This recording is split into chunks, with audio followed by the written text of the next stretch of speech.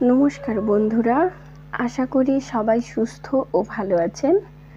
বঙ্কিমচন্দ্র চট্টোপাধ্যায়ের উপন্যাস ইন্দিরা আজ শেষ অংশটি পড়ছি। ভালো লাগলে লাইক ও সাবস্ক্রাইব করে দেবেন। বিংশ পরিচ্ছেদ, বিদ্যাধরীর অন্তর্ধান। এইরূপ কথাবার্তা হইলে পর আমরা যথাকালে উভয়ে কলিকাতা হইতে যাত্রা করিলাম। তিনি আমাকে কালাদিঘি নামক সেই হতভাগ্য দিঘি পার করিয়া দিয়া নিজালয়ের অভিমুখে যাত্রা করিলেন। সঙ্গের লোকজন আমাকে মহেশপুর লইয়া গেল।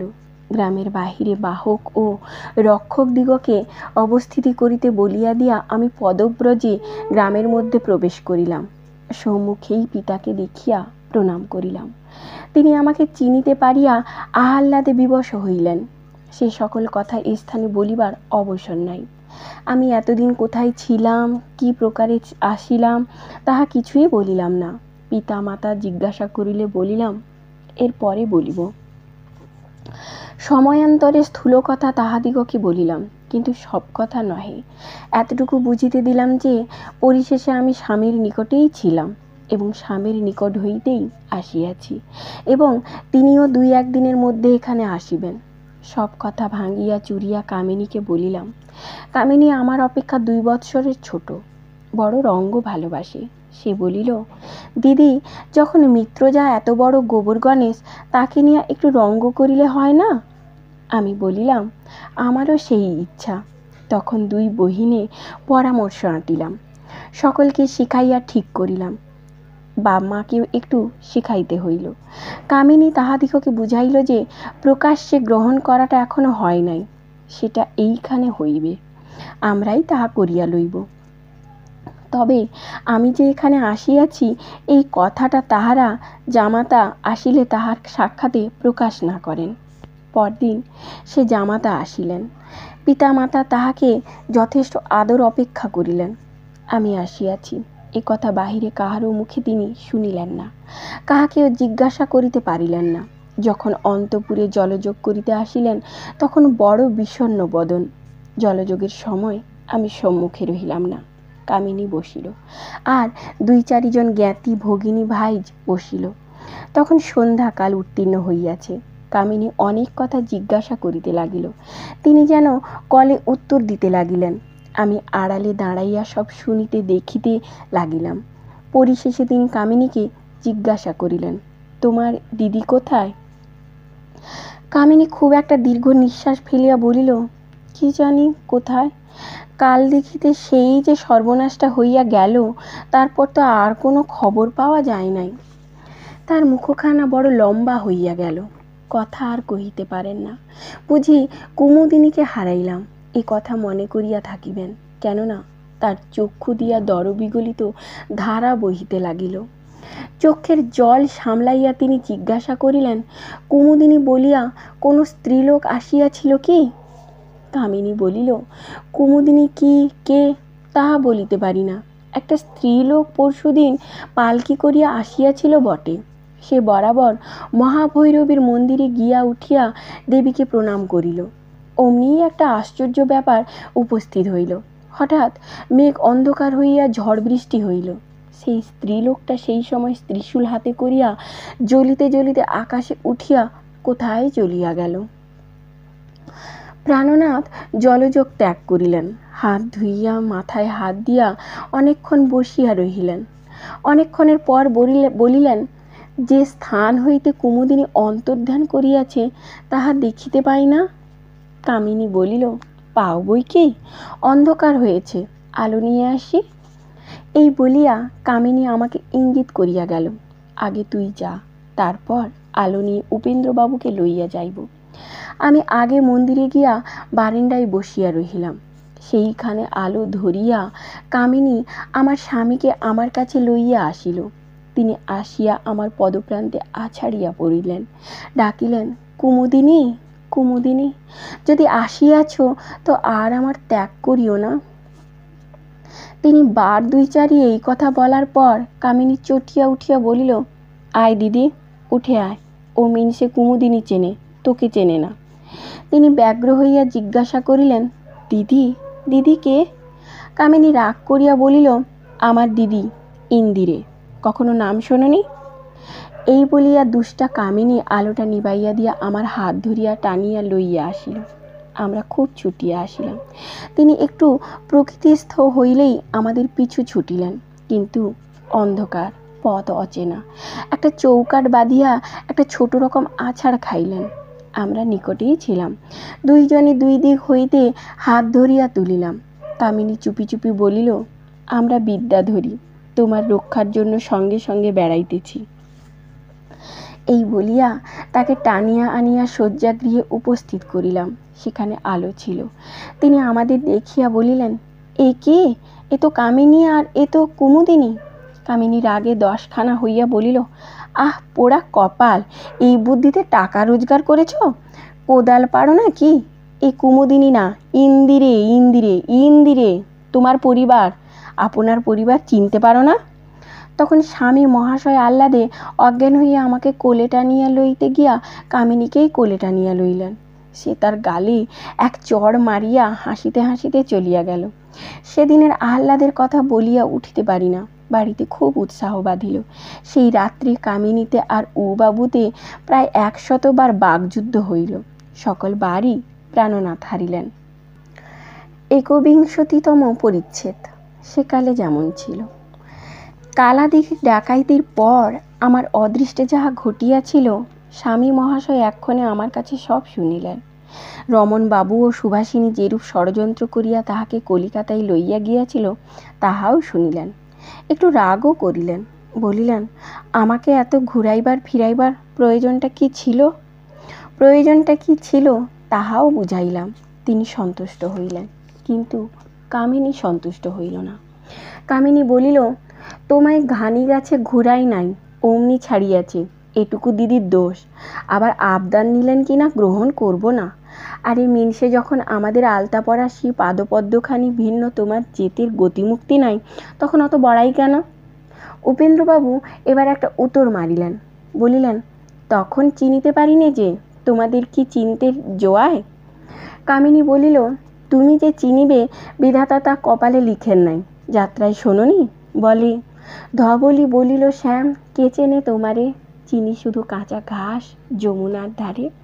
পদচিহ্ন খুঁজি তব বংশী শুনে কানে।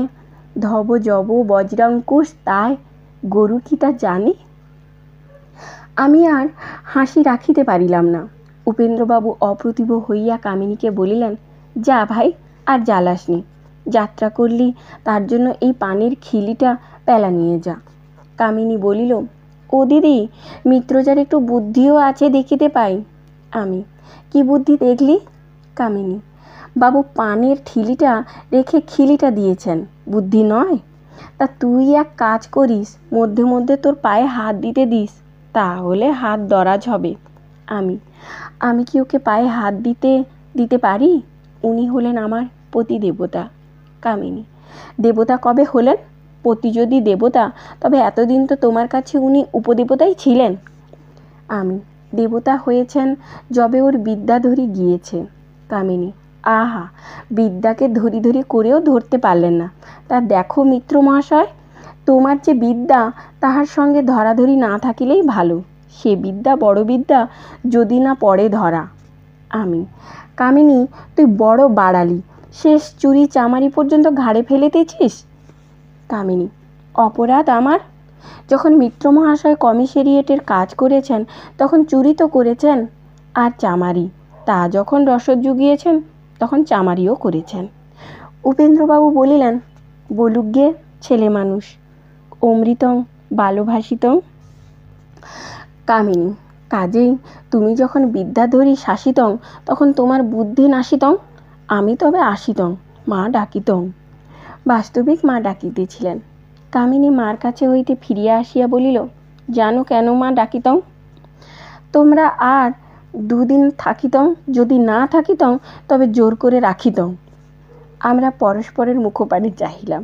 কামিনী বলিল, কেন পরস্পর তাকিতং? উপেন্দ্রবাবু বলিলেন, ভাবিতং।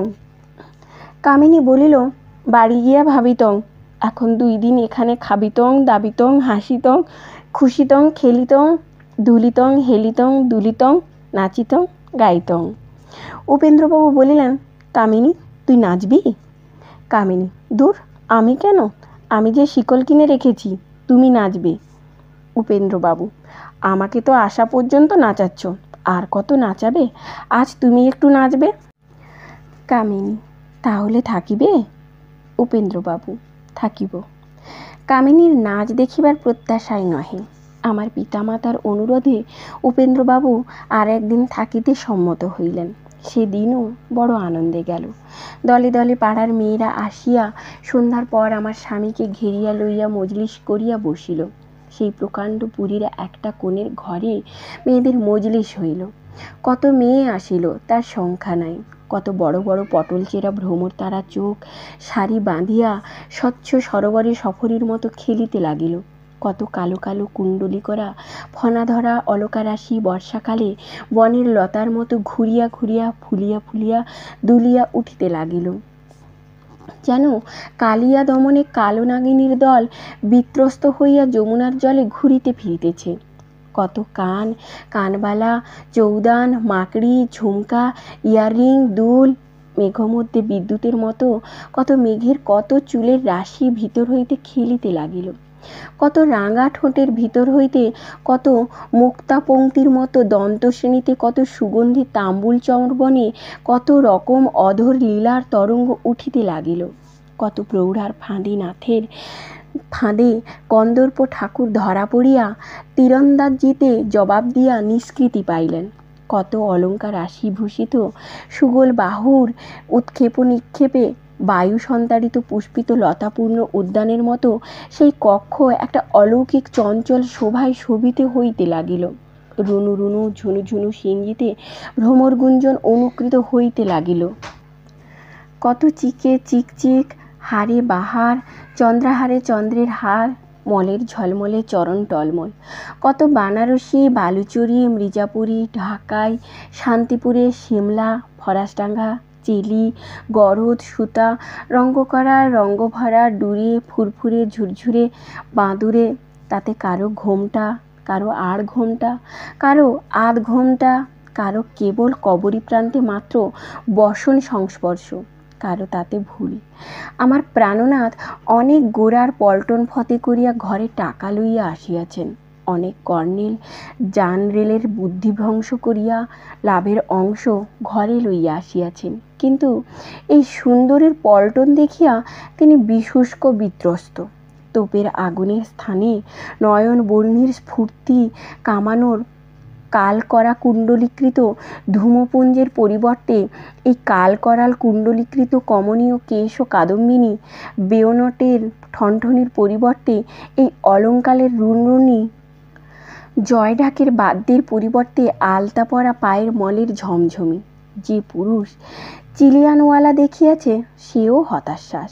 এই ঘোর রণক্ষেত্রে তাহাকে রক্ষা করিবার জন্য তিনি আমাকে দ্বারদেশে দেখিতে পাইয়া ইঙ্গিতে ডাকিলেন। কিন্তু আমিও শিখ সেনাপতির মতো বিশ্বাসঘাতকতা করিলাম। এ রণে তাহার সাহায্য করিলাম না। স্থূল কথা, এই সকল মজলিশগুলায় অনেক নির্লজ্জ ব্যাপার ঘটিয়া থাকে জানিতাম, তাই কামিনী আর আমি গেলাম না, বাহিরে রহিলাম। দ্বার হইতে মধ্যে মধ্যে উঁকি মারিতে লাগিলাম।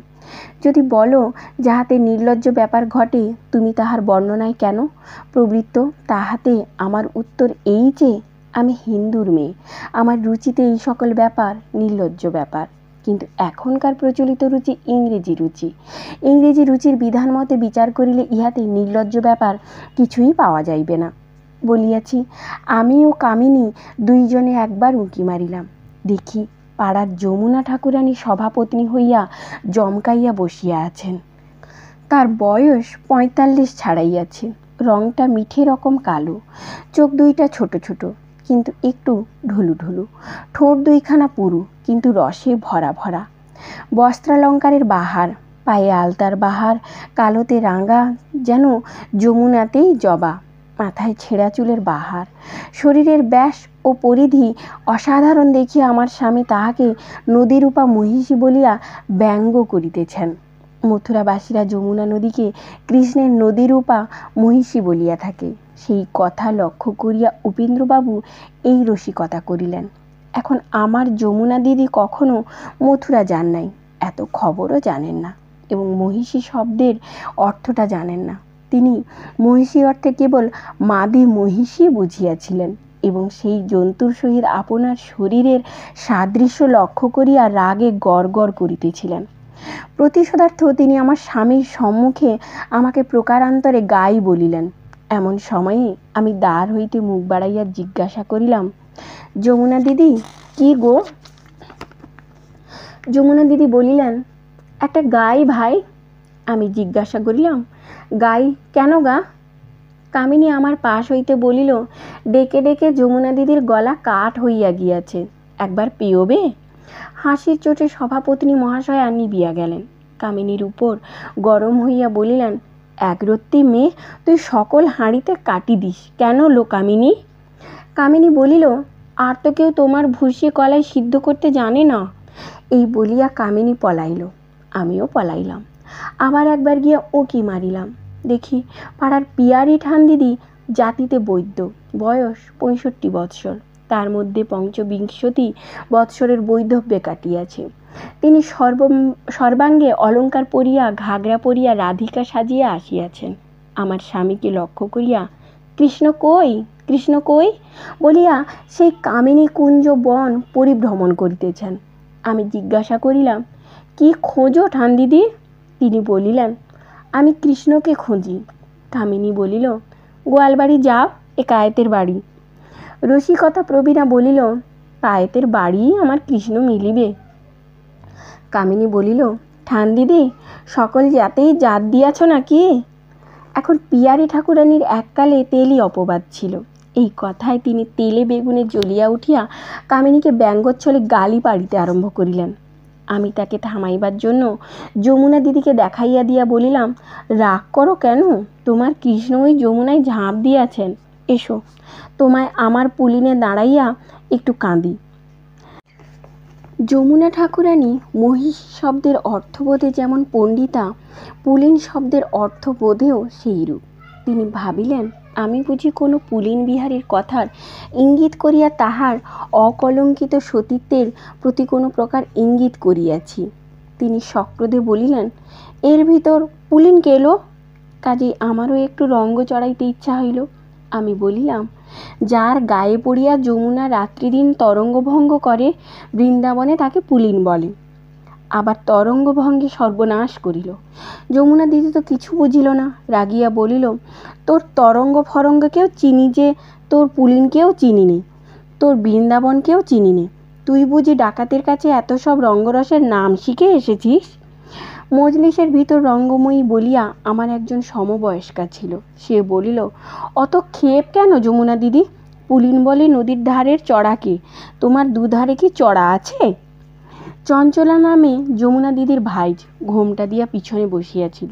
সে ঘোমটার ভিতর হইতে মৃদু মধুর স্বরে বলিল, চড়া থাকিলেও বাঁচিতাম, একটু ফর্সা কিছু দেখিতে পাইতাম, এখন কেবল কালো জলের কালিন্দী কলকল করিতেছে। কামিনী বলিল, আমার যমুনা দিদিকে কেন তোরা অমন করে চড়ার মাঝখানে ফেলে দিতেছিস? চঞ্চলা বলিল, বালাই ষাট, ঠাকুরজিকে চড়ার মাঝখানে ফেলে দেবে কেন? ওর ভাইয়ের পায়ে ধরে বলবো যেন ঠাকুরজিকে মিঠো শ্মশানে দেন। রঙ্গময়ী বলিল, দুটোতে তফাৎ কি বউ? চঞ্চলা বলিল, শ্মশানে শিয়াল কুকুরের উপকার, চড়াই গরু মহিষ চড়ে, তাদের কি উপকার? মহিষ কথাটা বলিবার সময়ে বউ একবার ঘোমটা তুলিয়া ননদের উপর সহাস্যে কটাক্ষ করিল। যমুনা বলিল, নে আর 100 বার সেই কথা ভালো লাগে না, যাদের মোষ ভালো লাগে তারাই 100 বার মোষ মোষ করুক গে। পিয়ারি ঠান দিদি কথাটার বড় কান দেন নাই। তিনি জিজ্ঞাসা করিলেন, মোষের কথা কি গা? কামিনী বলিল, কোন দেশে তেলিদের বাড়ি মোষে ঘানি টানে সেই কথা হচ্ছে। এই বলিয়া কামিনী পলাইল। বারবার সেই তেলি কথাটা মনে করিয়া দেওয়াটা ভালো হয় নাই, কিন্তু কামিনী কুচরিত্রা লোক দেখিতে পারিত না। পিয়ারি ঠান দিদি রাগে অন্ধকার দেখিয়া আর কথা না কহিয়া উপেন্দ্রবাবুর কাছে গিয়া বসিল। আমি তখন কামিনীকে ডাকিয়া বললাম, কামিনী দেখ সে আইলো, এইবার পিয়ারি কৃষ্ণ পেয়েছেন। কামিনী দূর হইতেই বলিল, অনেক দিন সময় হয়েছে, তারপর একটা শোরগোল শুনিলাম। আমার স্বামীর আওয়াজ শুনিতে পাইলাম। তিনি একজনকে হিন্দিতে ধমক ধামক করিতেছেন। আমরা দেখিতে গেলাম। দেখিলাম একজন দাড়িওয়ালা মোগল ঘরের ভেতর প্রবেশ করিয়াছেন। উপেন্দ্রবাবু তাহাকে তাড়াইবার জন্য ধমক ধামক করিতেছেন। মোগল যাইতেছে না। কামিনী তখন দ্বার হইতে ডাকিয়া বলিল, মিত্র মহাশয়, গায়ে কি জোর নেই? মিত্র মহাশয় বলিলেন, আছে বই কি। কামিনী বলিল, তবে মোগল মিনসেকে গলা ধাক্কা দিয়া ঠেলিয়া দাও না। এই বলিবা মাত্র মোগল ঊর্ধ্বশ্বাসে পলায়ন করিল। পলায়ন করিবার সময় আমি তাহার দাড়ি ধরিলাম। পরচুলা খসিয়া আসিল। মোগল বলিল, মরণ আর কি, তা এ বোকাটি নিয়ে ঘর করিবি কি প্রকারে? এই বলিয়া সে পলাইল। আমি দাড়িটা ছুঁড়িয়া ফেলিয়া যমুনা দিদিকে উপহার দিলাম। উপেন্দ্রবাবু জিজ্ঞাসা করিলেন, ব্যাপার কি? কামিনী বলিল, ব্যাপার আর কি, তুমি দাড়িটা পরিয়া চারি পায়ে ঘাস বনে চরিতে আরম্ভ করো। উপেন্দ্রবাবু বলিলেন, কেন, মোগল কি জাল? কামিনী, কার সাধ্য এমন কথা বলে? শ্রমতী অনঙ্গ মোহিনী দাসী কি জাল মোগল হইতে পারে? আসল দিল্লির আমদানি। একটা ভারী হাসি পড়িয়া গেল। আমি একটু মনক্ষুণ্ণ হইয়া চলিয়া আসিতেছিলাম। এমন সময়ে পাড়ার ব্রজসুন্দরী দাসী একখানি জীর্ণ বস্ত্র পরিয়া একটি ছেলে কোলে করিয়া উপেন্দ্রবাবুর কাছে গিয়া দুঃখের কান্না কাঁদিতে লাগিল। আমি বড় গরিব, খেতে পাই না, ছেলেটি মানুষ করিতে পারি না। উপেন্দ্রবাবু তাহাকে কিছু দিলেন। আমরা দুইজনে দ্বারের দুই পাশে। সে যখন দ্বার পার হয়, কামিনী তাহাকে বলিল, ভাই ভিখারিনী, জানো তো বড় মানুষের কাছে কিছু ভিক্ষা পাইলে দারোয়ানদের কিছু ঘুষ দিয়ে যেতে হয়। ব্রজসুন্দরী বলিল, দারোয়ান কে? কামিনী, আমরা দুইজন। ব্রজ, কত ভাগ চাও? কামিনী, পেয়েছ কি? ব্রজ, 10টি টাকা। কামিনী, তবে আমাদের 8 টাকা 16 টাকা দিয়া যাও। ব্রজ, লাভমন্দ নয়। কামিনী, তা বড় মানুষের বাড়ির ভিক্ষায় লাভালাভ ধরিতে গেলে চলিবে কেন? সময়ে অসময়ে ঘর থেকেও কিছু দিতে হয়। ব্রজসুন্দরী বড় মানুষের স্ত্রী, ধাঁ করিয়া 16 টাকা বাহির করিয়া দিল। আমরা সেই 16 টাকা যমুনা ঠাকুরানীকে দিলাম। বলিলাম, তোমরা এই টাকায় সন্দেশ খাইও। স্বামী বলিলেন, ব্যাপার কি? ততক্ষণে ব্রজসুন্দরী ছেলে পাঠাইয়া দিয়া বানারসি পরিয়া আসিয়া বসিলেন। আবার একটা হাসির ঘটা পড়িয়া গেল। উপেন্দ্রবাবু বলিলেন, এ কি যাত্রা নাকি? যমুনা বলিল, তা না তো কি, দেখিতেছ না, কাহারও কালীয় দমনের পালা, কারো কলঙ্ক ভঞ্জনের পালা, কারো মাথুর মিলন, কারো শুধু পালাই পালাই পালা। উপেন্দ্রবাবু, শুধু পালাই পালাই পালা কার? যমুনা, কোনো কামিনীর, যে কেবল পালাই পালাই তার পালা। কামিনী কথায় সকলকে জ্বালাইতে লাগিল। পান পুষ্প আতর বিলাইয়া সকলকে তুষ্ট করিতেছিল। তখন সকলে মিলিয়া তাহাকে ধরিল, বলিল, তুই যে বড় পালিয়ে পালিয়ে বেড়াচ্ছিস লা। কামিনী বলিল, পালাবো না তো কি, তোমাদের ভয় করি নাকি? মিত্র মহাশয় বলিলেন, কামিনী ভাই, তোমার সঙ্গে কি কথা ছিল? কামিনী, কি কথা ছিল মিত্র মহাশয়? উপেন্দ্রবাবু, তুমি নাচিবে। কামিনী, আমি তো নেচেছি। উপেন্দ্রবাবু, কখন নাচলে? কামিনী, দুপুরবেলা। উপেন্দ্রবাবু, কোথায় নাচলে লো? কামিনী, আমার ঘরের ভিতর, দোর বন্ধ করে। উপেন্দ্রবাবু, কে দেখেছে? কামিনী, কেউ না। উপেন্দ্রবাবু, তেমনতর তো কথা ছিল না।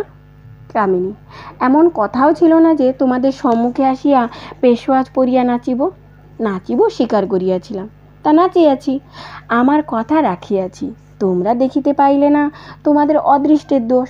এখন আমি যে শিকল কিনিয়া রাখিয়াছি, তার কি হবে? কামিনী, যদি নাচের দায় এড়াইল, তবে আমার স্বামী গানের জন্য ধরা পড়িলেন। মজলিস হইতে হুকুম হইল, তোমাকে গাইতে হইবে। তিনি পশ্চিমাঞ্চলে রীতিমতো গীতবিদ্যা শিখিয়াছিলেন। তিনি সনদী খেয়াল গাইলেন। শুনিয়া সে অপ্সরা রোমমণ্ডলী হাসিল। ফরমাইশ করিল, বদন অধিকারী কি দাশুরায়? তাতে উপেন্দ্রবাবু অপটু, সুতরাং অপ্সরগণ সন্তুষ্ট হইল না। এইরূপে 2 প্রহর রাত্রি কাটিল। এই পরিচ্ছেদটা না লিখিলেও পারিতাম, তবে এদেশের গ্রাম্য স্ত্রীদিগের জীবনের এই ভাগটুকু কখন লোপ পাইয়াছে বলিয়া আমার বিশ্বাস। লোপ পাইয়াছে, ভালোই হইয়াছে, কেননা ইহার সঙ্গে অশ্লীলতা, নির্লজ্জতা কদাচিৎ বা দুর্নীতি আসিয়া মিশিত, কিন্তু যাহা লোপ পাইয়াছে তাহার একটা চিত্র দিবার বাসনায় এই পরিচ্ছেদটা লিখিলাম। তবে জানি না, অনেক স্থানে এই কুরীতি লোপ না পাইয়াও থাকিতে পারে। যদি তাহা হয়, তবে যাহারা জামাই দেখিতে পৌরস্ত্রীদিগকে যাইতে নিষেধ করে না, তাহাদের চোখ কান ফুটাইয়া দেওয়া প্রয়োজনীয়। তাই ধরি মাছ না ছুঁই পানি করিয়া তাহাদের ইঙ্গিত করিলাম। দ্বাবিংশতিতম পরিচ্ছেদ, উপসংহার। আমি পরদিন স্বামীর সঙ্গে শিবিকারোহণে শ্বশুর বাড়ি গেলাম। স্বামীর সঙ্গে যাইতেছি, সে একটা সুখ বটে, কিন্তু সেবার যে যাইতেছিলাম সে আরেক প্রকারের সুখ, যাহা যখন পাই নাই তাই পাইবার আশায় যাইতেছিলাম। এখন যাহা পাইয়াছিলাম তাই আঁচলে বাঁধিয়া লইয়া যাইতেছিলাম। একটি কবির কাব্য, অপরটা ধনীর ধন। ধনীর ধন কবির কাব্যের সমান কি? যাহারা ধনোপার্জন করিয়া বুড়া হইয়াছে, কাব্য হারাইয়াছে, তাহারাও এ কথা বলে না। তাহারা বলে, ফুল যতক্ষণ গাছে ফুটে ততক্ষণই সুন্দর, তুলিলে আর তেমন সুন্দর থাকে না। স্বপ্ন যেমন সুখের, স্বপ্নের সফলতা কি? আকাশ যেমন বস্তুত নীল হয়, আমরা নীল দেখি মাত্র। ধন তেমনই, ধন সুখের নয়, আমরা সুখের বলিয়া মনে করি। কাব্যই সুখ, কেননা কাব্য আশা, ধন ভোগ মাত্র, তাও সকলের কপালে নয়। অনেক ধনী লোক কেবল ধনাগারের প্রহরী মাত্র। আমার একজন কুটুম্ব বলেন ট্রেজরি গার্ড। তবু সুখে সুখেই শ্বশুরবাড়ি চলিলাম। সেখানে এবার নির্বিঘ্নে পৌঁছিলাম। স্বামী মহাশয় মাতা পিতার সমীপে সমস্ত কথা সবিশেষ নিবেদন করিলেন। রমণবাবুর পুলিন্দা খোলা হইল। তাহার কথার সঙ্গে আমার সকল কথা মিলিল।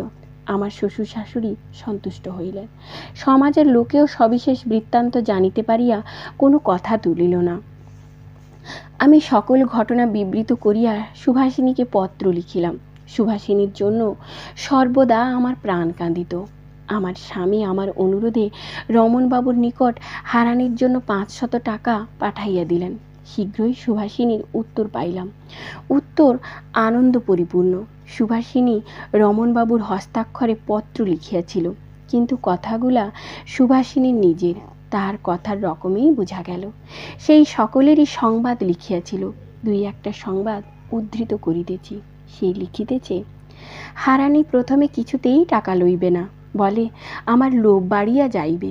এটা যেন ভালো কাজই করিয়াছিলাম, কিন্তু এরকম কাজ তো মন্দই হয়।